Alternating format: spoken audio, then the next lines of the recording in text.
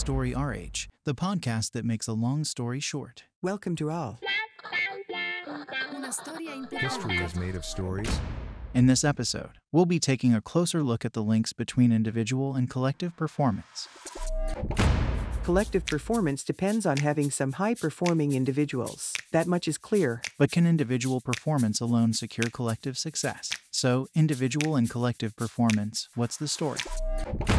Perhaps the best place to start would be with a definition of a key term, performance. We won't drone on about the multiple connotations of the word. We'll stick to what Merriam-Webster has to say. The first sense of the word is already dual in nature. On the one hand, a performance is simply the execution of an action, a result. On the other, a feat or accomplishment, in other words, a remarkable result. When it comes to individual performance at a company, we are, of course, referencing the latter sense. We're not talking about a result as such, but about our interpretation of that result to determine whether or not it qualifies as a performance, which is where evaluations come in handy. And actually, when it comes to collective performance, well, it's pretty much the same thing. In other words, we're after a result obtained collectively and deemed remarkable. Let's forget for a moment that this judgment is subjective to focus on the logic behind it. Let's take a closer look at just one question. Do individual performances add up to collective performance? To try to answer this question, we'll look at two different scopes for the collective, a team, where the individual's interests are often in line with one another on the one hand, and the whole company, where different departments' interests may diverge, on the other. Within a team, it's easy to understand that when people are all running in the same direction, the faster each individual runs, the better. Except that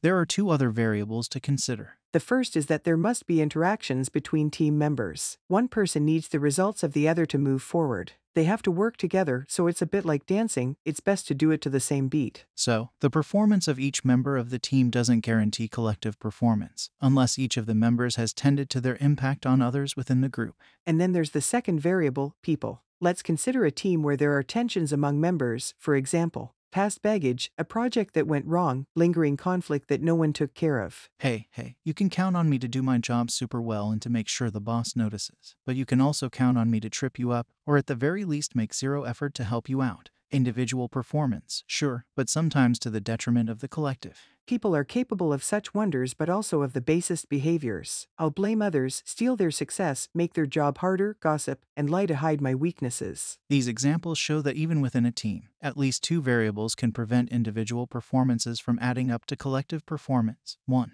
The requirement to work together and get multiple people marching to the same beat.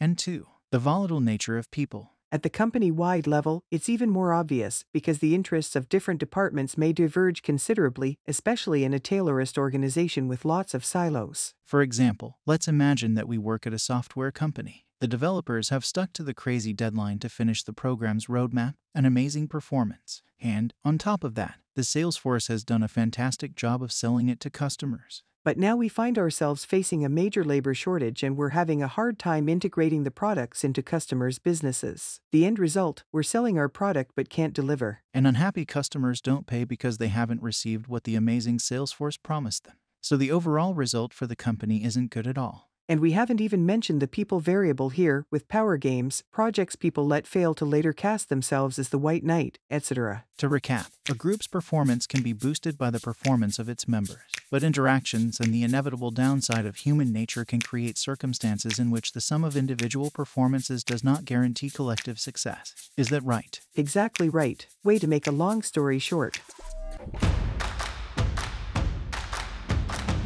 Story RH, the podcast that makes a long story short.